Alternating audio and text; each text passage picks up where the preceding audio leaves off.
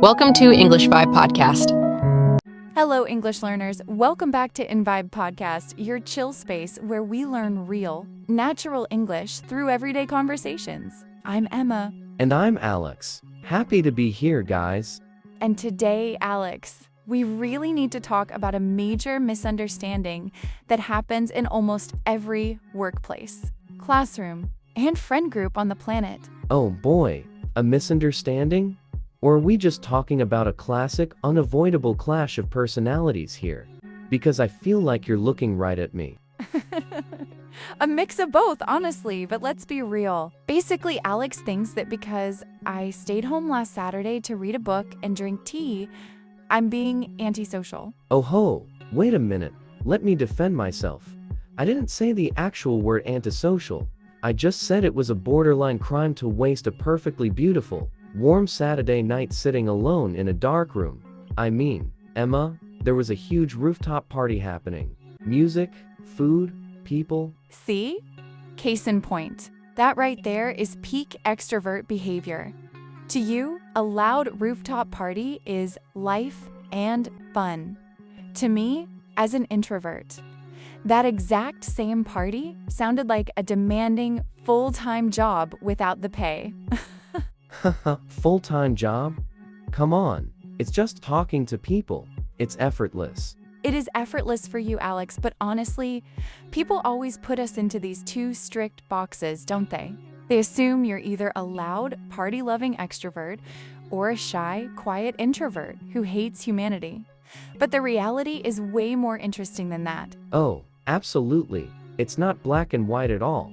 And before we break down the actual science of our brains and talk about who has the real psychological superpower here, hint, it's definitely extroverts. Dream on, Alex. We'll see about that. We have a quick but super important reminder for everyone watching or listening to us right now. Yes, make sure to stay with us until the very end of this video. Right before the closing, we have our signature InVibe vocabulary tour, where we will break down the most advanced, tough, and powerful words from today's chat. Don't skip that part if you want to sound more natural, expressive, and fluent. Now, back to your darkroom hiding habits, Emma. What was the book anyway? Hey! First of all, it wasn't a dark room. I had a lovely scented candle burning. It was very atmospheric. And second, let's dive into the main topic because this actually affects how we all communicate, learn, and live. All right, let's look at the labels. When people hear the word introvert, what do they think?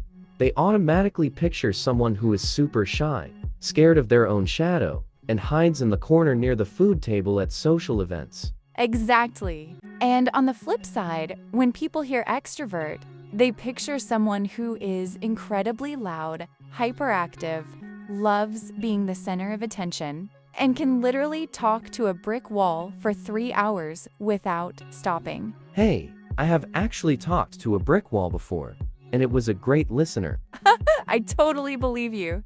But see, those are just extreme stereotypes. Being an introvert or an extrovert isn't actually about how much you talk or how popular you are.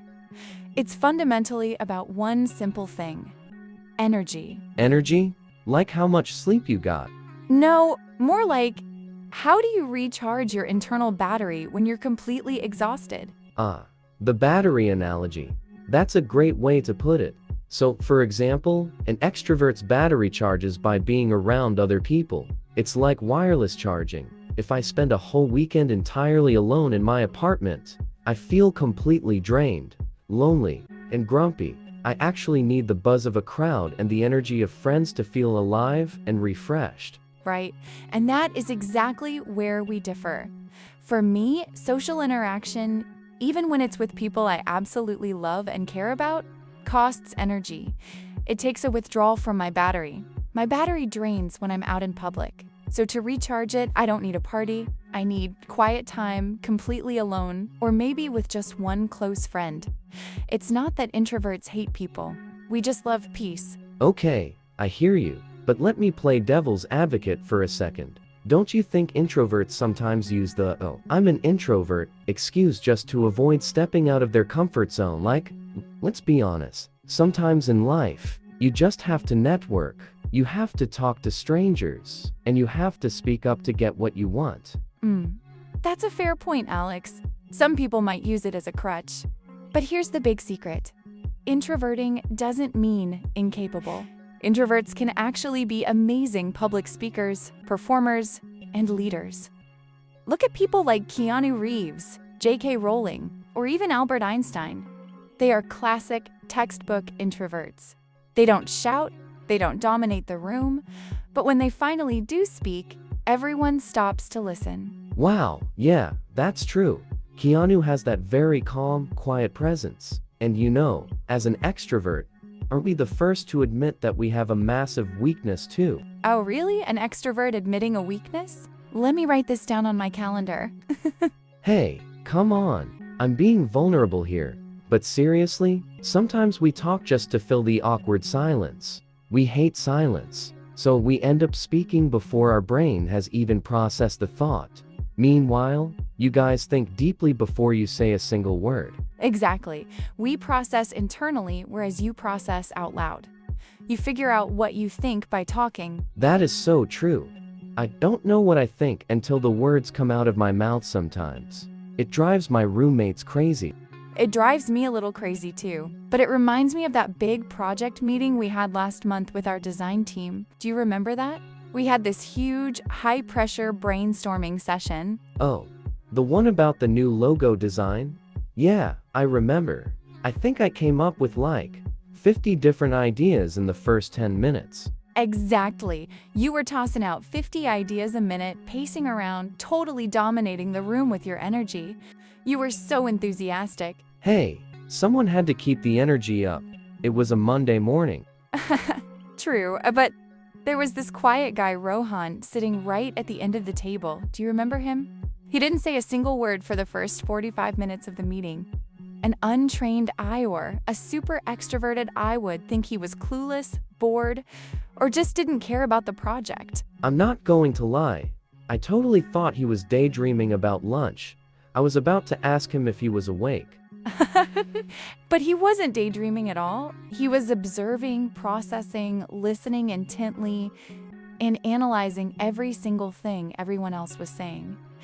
And then, when the meeting was almost over and we were all exhausted, he calmly raised his hand and said just 2 sentences.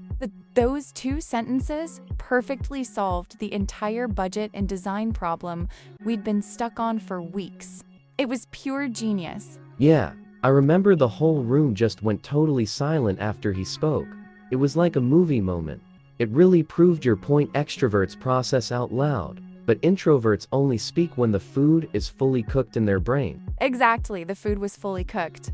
But, you know, Alex, we shouldn't make it sound like it's a war between 2 sides. Most people aren't 100% one or the other. It's a spectrum, like a scale from 1 to 10. Oh, definitely. In fact, there's a specific technical term for people who sit right in the sweet spot in the middle, right? Yes, there is. They're called ambiverts. Ambiverts. I love that word. They are like the chameleons of the personality world. They genuinely enjoy social gatherings and parties, but they also deeply cherish and need their alone time to reset. They can adapt to both situations perfectly depending on the day. Honestly, I envy them a little bit. And for our English learners listening to this, understanding where you fall on this exact spectrum is a total game changer for your language fluency journey. Wait, how so? What does personality have to do with learning English grammar and vocabulary? It changes everything, Alex.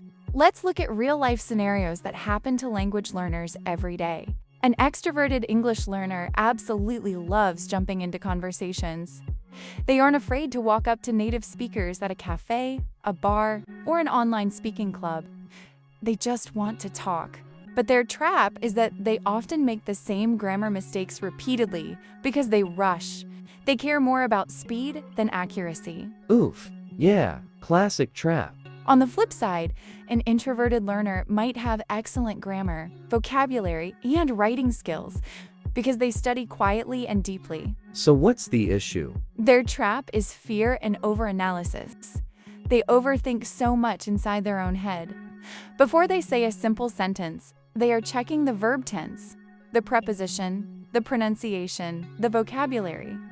And by the time they are finally ready to open their mouth and say the perfect sentence, the conversation has already moved on to a completely different topic. Ouch. That must be so frustrating. I actually see people talking about that all the time in our YouTube community comments. They say things like, "I know all the words in my head, but my mind goes completely blank the moment I try to speak in public." Exactly. And the biggest problem is when you label yourself permanently. When you adopt a fixed mindset and say, well, I am an introvert, so I can never be a fluent, confident public speaker, or I am an extrovert, so I don't have the patience to sit down and study grammar rules. Wow, that is a dangerous trap to fall into. Personality is a preference. It's not a prison. I'll say that again. A preference, not a prison. Write that down in your notebooks, guys. That's a golden phrase right there. Thank you, thank you. I have my moments of wisdom, but it's true though. If you're an introvert, you don't need to change your core identity or pretend to be a loud party animal to be good at English. You just need to use your natural strengths like deep listening, empathy, and thoughtful preparation and practice speaking in small, comfortable steps, like in a one-on-one chat instead of a big group. Exactly. And if you're an extrovert, you need to channel that great, infectious, social energy into active listening. Slow down just a little bit so you can actually pick up on natural phrases. Notice your own mistakes and correct your language patterns. So, at the end of the day, the goal isn't to fight your personality or wish you were someone else. It's to understand how your unique brain works and use it to genuinely connect with other human beings. Beautifully said. Communication isn't a fierce competition about who talks the fastest, who is the loudest, or who stays the quietest. It's all about balance. The world needs extroverts to start the conversation and introverts to make that conversation truly meaningful. Man, we are on fire today with these deep thoughts. We really are. But hey, look at the time. I think it's time to fulfill our promise to the listeners. Yes, it is time for the official Vibe vocabulary tour.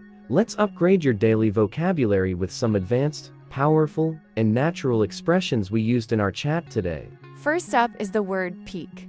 I mentioned that love for big parties was peak extrovert behavior. When you use the word peak right before a noun or a trait, it means a perfect textbook or the absolute most typical example of something. Next up is drained. I mentioned feeling completely drained if I stay home alone for a whole weekend. Drained means totally exhausted, empty of energy, or physically and mentally spent. Think of a phone battery hitting zero. That is what it feels like to be drained. Then we used a very common and useful idiom, center of attention. This describes a person or a thing that everyone in a room is watching, listening to, or focusing on. Extroverts typically love being the center of attention, while introverts usually prefer to blend into the background. Our next word is a great one for business and social contexts. Dominating. I said dominating the room during a team meeting. To dominate a situation means to control it, take it over, or be the most powerful presence so that other people don't really get a fair chance to speak or participate. Next is an idiom that almost every language learner experiences. Mind goes blank. We mentioned that many learners feel their mind goes blank when they are put on the spot. This means suddenly forgetting everything you know, being completely unable to think clearly, or failing to recall information for a temporary moment.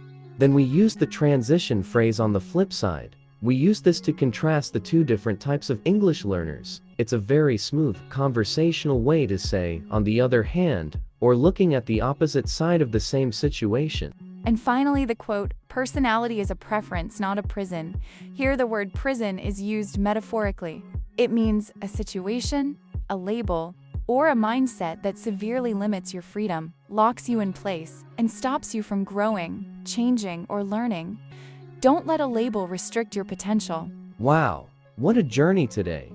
Whether you recharge your battery in the middle of a crowded, noisy party, or alone in your room with a beautiful book and a scented candle. please remember, your voice matters. Your unique style of learning is completely valid. You do not need to change your core nature or fake a new personality to speak great, fluent English. You just need to keep showing up every single day, authentic, proud, and real. If you enjoyed this episode, don't forget to subscribe to NVibe for more daily spoken English, vocabulary, and real-life conversations. Alright, Vibe family. We'll wrap up our conversation here for today. But before you go, please let us know in the comments section below. Are you team introvert, team extrovert, or are you a secret, adaptable ambivert? We promise we read every single comment you guys leave. Until next time, embrace your energy, keep practicing your English steps, and we'll see you in the very next episode. Bye guys, keep vibing!